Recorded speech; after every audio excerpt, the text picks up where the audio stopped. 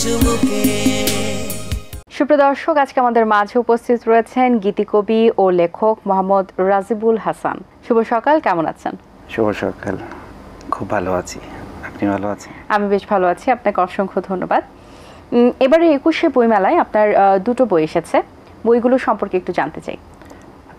এবার বইমেলায় আমার দুটো বই, একটি আমার মৌলিক বই এসছে, আমার কবিতার বই কেউ যদি ভালো থাকে। আরেকটি বই এসছে জুল ভার্নের যেই কাল্পনিক উপন্যাস রয়েছে অ্যাডভেঞ্চার, সেই অ্যাডভেঞ্চার থেকে দুটো বই, ফ্লিপার অফ দ্য ক্লাউড এবং আর্থ টু দ্য মুন, এই দুটো বই নিয়ে একটি খণ্ড করা হয়েছে। আচ্ছা, কোন স্টলে গেলে পাবে বা আসলে কোন সেক্টরে গেলে পাবে? এটি হচ্ছে প্রিয় মুখ প্রকাশনী থেকে প্রকাশিত হয়েছে, আর স্টল নাম্বার হচ্ছে 228, 29 এবং 30 নাম্বার স্টল। কর্মব্যস্ততার কথা বলছিলেন, আপনি আর কোন কাজে নিয়োজিত আছেন? আমি এর পাশাপাশি আমার একটা গার্মেন্টস ইন্ডাস্ট্রিতে জব করি, ফকির অ্যাপারেলস লিমিটেড, তৈরি পোশাক কারখানা। এটি বাংলাদেশ সহ এবং বিশ্বের সুনামধন্য একটি তৈরি পোশাক কারখানাতে আছি, কাজ করছি, নারায়ণগঞ্জে আমার অফিস। আচ্ছা, এবারের বইমেলার পরিবেশটা আপনার কাছে কেমন লাগছে?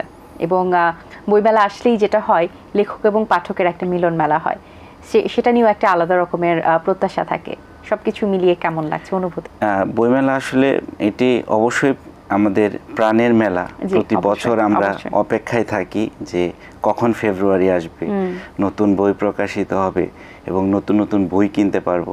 এটা একটা অন্যরকম অনুভূতি তো থাকেই, এবং অন্যান্য কবি লেখকদের সাথে দেখা হয় এবং আড্ডা হয়, সব কিছু মিলে খুব ভালো লাগার একটি ব্যাপার।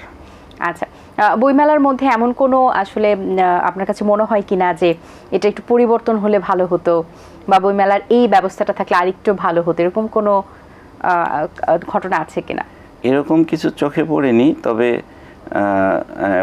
পরিবেশের ব্যাপারে যেমন ধুলাবালিটা একটু বেশি থাকে, এবং বিশেষ করে শুক্রবার শনিবার এবং বিশ্রামের একটা বিষয়, যদি একটু একটা আলাদা জায়গা থাকতো, সবাই পাঠকরা আসলে একটু বিশ্রাম নিয়ে বই দেখতে পারে, বা কোথাও একটু বসার একটা সুন্দর জায়গা থাকে। 2022 সালে আপনার একটা বই এসেছিল যেটার নাম হচ্ছে বরফ গলার ইতিকথা। সেই বইটির বিষয়বস্তু সম্পর্কে একটু জানতে চাই। আসলে বরফ গলার ইতিকথা মানে এটা আমার বায়োগ্রাফি বলা চলে। আমার একদম ছোটবেলা থেকে এখন পর্যন্ত বেড়ে ওঠা সবকিছুই আছে সেখানে, এবং সেগুলোকে আমি গল্প আকারে আনার চেষ্টা করেছি। এবং আমার যে কাজী নজরুল ইসলামকে নিয়ে আমার যে একটা আগ্রহ, এবং কাজী নজরুল ইসলামকে নিয়ে আমার যে একটা অনুগ্রহ, মানে তার প্রতি এবং তাকে জানার প্রতি যে একটা মানে প্রবল আকাঙ্ক্ষা, সে থেকেও কিছু লেখা আমি সেই বইটিতে মানে যুক্ত করেছি গল্প আকারে। আচ্ছা, কাজী নজরুল ইসলাম কি নিয়ে আপনার গবেষণা করেছেন, এবং গবেষণা থেকে কি জানতে পেরেছেন আমাদের এই প্রিয় কবিকে নিয়ে? আসলে কাজী নজরুল ইসলামকে নিয়ে গবেষণা করবার মতো অতটুকু উপযুক্ত আমি হয়তো নই। আমি অনুসন্ধান করতে চেষ্টা করছি কাজী নজরুল ইসলামকে, মূলত মানে তার সৃষ্টিকর্মের ভেতর থেকে আমি তাকে খোঁজার চেষ্টা করছি। আসলে কাজী নজরুল ইসলাম অনেক উঁচু মানের একজন দার্শনিক, কবি, সাহিত্যিক তো বটেই, যিনি আমাদের বাংলা সাহিত্যে অনেক সমৃদ্ধ গান, কবিতা এবং গল্প আমাদেরকে দিয়ে গেছেন। যে কোনো ধরনের উত্তাল পরিবেশ তৈরি হলে আমরা কাজী নজরুল ইসলামের গান গিয়ে মানে শক্তি যোগাই এবং উজ্জীবিত হই। এটি শুধু এইখানে নয়, মানে পুরো বিশ্বে যদি এই লেখাগুলোকে অনুবাদ করে সেই ভাষায় তাদের কাছে পৌঁছে দেওয়া যায়, আমার মনে হয় তারা সেই ভাষায় উজ্জীবিত হবে, আমার যেটা মনে হয়। আপনার গবেষণায় বিশেষ আর কি লক্ষ্য করেছেন? এটি আসলে কাজী নজরুল ইসলামের গানগুলোর ভিতরে যে বিশেষত্বগুলো রয়েছে, যেমন তার গানগুলো যদি আমরা খুব ভালো করে শুনি, সেই ক্ষেত্রে তার গানের যে বাণীর গভীরতা, তার ভিতরে যেই সাহিত্য রয়েছে, শিল্প রয়েছে, এবং ইতিহাস রয়েছে, ঐতিহ্য রয়েছে, এবং এই যে বিভিন্ন মিথোলজির যে ব্যবহার তিনি করেছেন তার কবিতায়, গানে, এটি কিন্তু শুধু হিন্দু, বৌদ্ধ, মুসলিম, খ্রিস্টান এর মধ্যে সীমাবদ্ধ নয়। তিনি সমগ্র জাতির মধ্যে এবং পারস্য থেকে বিভিন্ন উপমা এনে তিনি তার গানে সাজিয়েছেন। জি, নতুন প্রজন্মের কাছে এটা আসলে অন্যভাবে কাজী নজরুল ইসলামকে এই যে রিপ্রেজেন্ট করার একটা ব্যাপার থাকে, কারণ তারা অনেক কিছু জানেন না, এবং আপনারা যারা গবেষণায় আছেন প্লাস লেখালেখি করছেন তাদেরও কিন্তু অনেক কিছু থাকে দায়িত্বর জায়গা থেকে, যে তাদের মাঝে আমরা অন্য কিছু বা নতুন কিছু বা অনেক অজানা তথ্য তাদের মধ্যে আমরা সবসময় দেওয়ার চেষ্টা করি, তাদেরকে আমরা ইন্সপায়ার করার চেষ্টা করি। সেই জায়গা থেকে এই যে সম্মাননা, এইটা আসলে নতুন প্রজন্মদের কাছে কিভাবে দৃষ্টান্ত পেয়েছে? সেটি তো অবশ্যই পাচ্ছে। এটি নিয়ে এখন বিভিন্ন সংগঠনগুলো কাজ করছে, বিভিন্ন সেমিনার হচ্ছে, বিশেষ করে মানে বিভিন্ন বিশ্ববিদ্যালয়গুলোতে সঙ্গীত বিভাগে এখন কাজী নজরুল ইসলামকে নিয়ে পড়ানো হচ্ছে, এবং বিভিন্ন সংস্থা থেকে বিভিন্ন অঞ্চলে, প্রত্যন্ত অঞ্চলে যে কাজী নজরুল ইসলামের গানগুলোকে মানে এই প্রজন্মের মানুষের কাছে পৌঁছে দেওয়া।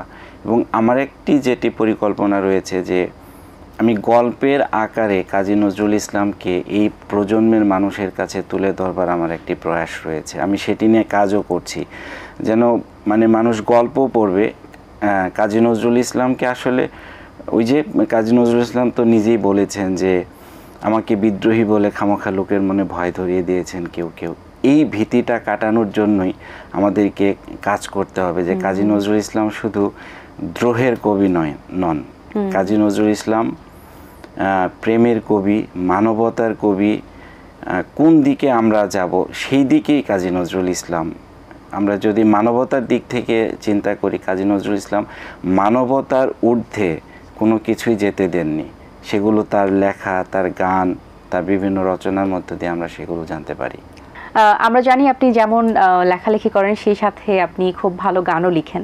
এবার একটু আপনার গানের লেখা সম্পর্কে একটু জানতে চাই, কি ধরনের গান আপনি লেখেন এবং আপনার গান লেখা গানে কোন কোন শিল্পী গেয়েছেন? আসলে গান লেখাটা মূলত আমি যখন থেকে কাজী নজরুল ইসলামকে নিয়ে মানে গবেষণা বা পড়াশোনা করতে শুরু করেছি, তখন থেকেই একটি মানে অনুভূতি কাজ করে। তখন থেকেই মূলত গানের প্রতি একটা আগ্রহ তৈরি হয়, এবং আমি সব ঘরানার গান লিখতেই চেষ্টা করি। শ্যামা সঙ্গীত, কীর্তন, ইসলামিক গান বা আধুনিক গান, পাটিয়ালি বা ফোক আঙ্গিকের যে গানগুলো আছে সেগুলো।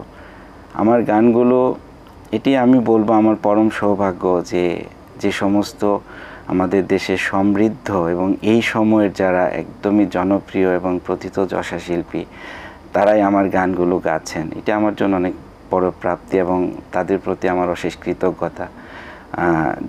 রাহাতারা গীতি আপু আমার গান গেয়েছেন, শ্রদ্ধেয় ডক্টর প্রিয়াঙ্কা গোপ আমার গান গেয়েছেন, বিজন মিস্ত্রি, মাহমুদুল হাসান, শিমু দে, ত্রিবেণী পান্না, তারপর শহীদ খান, তারপর বিমানচন্দ্র বিশ্বাস, শাহিন এসবি, সাইফুল ভাই সহ আরও মানে এরকম অনেকেই আমার গান গেয়েছেন এবং গাচ্ছেন, যেটি আমার জন্য অনেক বড় প্রাপ্তি। একজন লেখক হিসেবে এই যে বইমেলা এসেছে, সো মিডিয়ার কাছে আপনার আসলে কি প্রত্যাশা রয়েছে? মিডিয়ার কাছে তো প্রত্যাশা থাকেই, কারণ আপনারাই তো মানে প্রেজেন্ট করে, এবং মিডিয়াই হচ্ছে মানে সকলকে প্রেজেন্ট করে আর কি। আজকে আমি এখানে এবং আমি লিখি বা বই লিখি, আমি আজ এখানে না আসলে হয়তো বা এর মধ্য দিয়ে অনেকেই জানতে পারবে। তো মিডিয়ার আমার মনে হয় যে আমরা মিডিয়া দেখি অনেক ক্ষেত্রে, তো যে ভালো ভালো বইগুলো রয়েছে এবং বড় একটা মাধ্যম আসলে অডিয়েন্সের কাছে সবসময় পৌঁছায় দেয় সবকিছু। আচ্ছা, আপনার ব্যক্তির জীবন সম্পর্কে একটু জানতে চাই। আপনার ছোটবেলা কোথায় কেটেছে এবং কোথায় বড় হওয়া হয়েছে? আপনার স্কুল কলেজ কোথায় ছিল? পড়াশোনা কিসে করেছেন? আমার ছোটবেলা একদমই গ্রামে কেটেছে, খুবই ডানপিঠে স্বভাবের ছিলাম। আচ্ছা।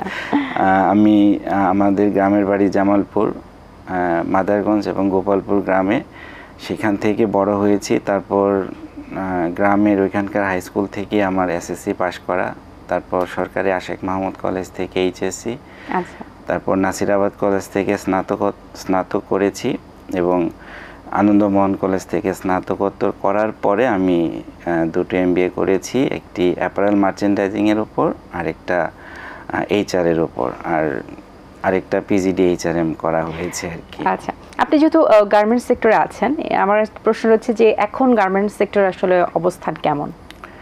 এখন আসলে গার্মেন্টস সেক্টরের বিষয়গুলো মানে সরকার পরিবর্তনের সাথে কিছুটা মানে ধিমি তালে চলছে। হ্যাঁ, ধিমি তালে চলছে আসলে। মানে যারা একদমই অনেক বড় গার্মেন্টস ইন্ডাস্ট্রি তারা ছাড়া আসলে এটা কাটিয়ে ওঠা সম্ভব কিনা? হ্যাঁ, সম্ভব, সেটা অবশ্যই সম্ভব। সেই ক্ষেত্রে যারা আমাদেরকে অর্ডার দিচ্ছেন এবং মানে যারা শ্রমিকরা, যারা মানে আমাদের যারা টিম মেম্বার কাজ করছেন, তাদের সহযোগিতা সহ প্রত্যেকেরই সহযোগিতা এখানে দরকার এই ধিমাতালটাকে মানে কাটিয়ে ওঠার জন্য। অবসর সময়ে কি করা হয়, লেখালেখি নাকি অন্য কিছু? আসলে অবসর সময় আদৌ পাওয়া হয় কিনা সেটা একটা ব্যাপার। অবসর সময়টা খুব কম পাওয়া হয়, তো যতটুকু সময় পাই ততটুকু মানে পড়তে চেষ্টা করি, লিখতে চেষ্টা করি, আর গান শুনতে চেষ্টা করি, এভাবেই কাটে, ফ্যামিলিকে সময় দিই। এবং আরেকটি বিষয় যে মেলাকে ঘিরে এই বছরে আমরা যে মেলাটা পাচ্ছি, মেলাটা খুবই সুন্দর একটা মানে ওয়েদারেও হচ্ছে, প্লাস সব কিছু মিলিয়ে ভালো। এর পরবর্তী মেলাগুলো আমরা হয়তো বা অন্য সময় পাবো, রোজার মধ্যেও পেতে পারি। সো এইবারের মেলাকে ঘিরে স্পেশালি কোনো প্ল্যানিং রয়েছে কিনা? স্পেশালি যদি বলি লেখক যারা আছেন তাদের পাঠকদের কাছ পর্যন্ত আরও পৌঁছানোর জন্য কতটুকু করছেন? আপনি বলছিলেন আপনি একটু কম গিয়েছেন মেলাতে, সেক্ষেত্রে আসলে লেখকদের আপনার কি বলার আছে যে আপনাকে কিভাবে পেতে পারে তারা? বলা খুবই মুশকিল, কারণ আমি শুধু শুক্রবারটা সময় পাই, তাও কোনো কোনো দিন হয়তো কাজের জন্য, কোনো দিন অর্ধেক বেলা সময় পাই। তারপরেও চেষ্টা করি, মনটা মনে হয় ওখানেই পড়ে থাকে, এটা সত্য কথা, সেখানেই পড়ে থাকে। তো আমরা চেষ্টা করি সব সময় মেলায় যে সবার সাথে মিশে, এবং প্রত্যেকের একটা প্রত্যাশা থাকে যে লেখকদের হাত থেকে বই নেওয়া। সেটা আমাদেরও ছিল এখনো একটি সময়, মানে এখনো নেই, মানে যারা মানে আমাদের তো পছন্দের কেউ না কেউ আছে, তা তো অবশ্যই আছে। তো সেই ক্ষেত্রে এবং আমার এই যে লেখালেখি এবং এত কিছুর পেছনে যেই অনুপ্রেরণা হিসাবে কাজ করে, সেটা আমার স্ত্রী অসম্ভব রকম আমাকে অনুপ্রাণিত করে এই সমস্ত বিষয়গুলোতে। এটা আমার জন্য অনেক বড় একটি প্রাপ্তি। আচ্ছা, ছোটবেলায় কোন লেখকের লেখা আপনার খুব বেশি পছন্দ ছিল, বা মনে হয়েছে না আমি বড় হলে এই প্যাটার্নের আসলে লেখালেখি করব? আসলে সত্যি কথা বলতে আমি কাজী নজরুল ইসলামের মধ্যেই বোধ হয়ে থাকার চেষ্টা করেছি। আচ্ছা, পাশাপাশি রবীন্দ্রনাথের বই পড়েছি, মাইকেল মধুসূদন দত্তের বই পড়েছি, হুমায়ুন আহমেদ পড়েছি, ইমদাদুল হক মিলন পড়েছি। আর কবির ক্ষেত্রে বলতে গেলে আমি মাহাদেব সাহার বই পড়েছি, মানে এই প্রজন্মের যারা আছেন। তারপর নির্মলেন্দু গুণের বই পড়েছি, কাজী নজরুল ইসলাম, রবীন্দ্রনাথ তো রয়েছেন, তালিকাটা বেশ লম্বাই আছে। জি, অসংখ্য ধন্যবাদ আপনাকে, খুব ভালো লেগেছে কথা বলে। গল্পে আড্ডা আমাদের সময় শেষ, যেতে হবে।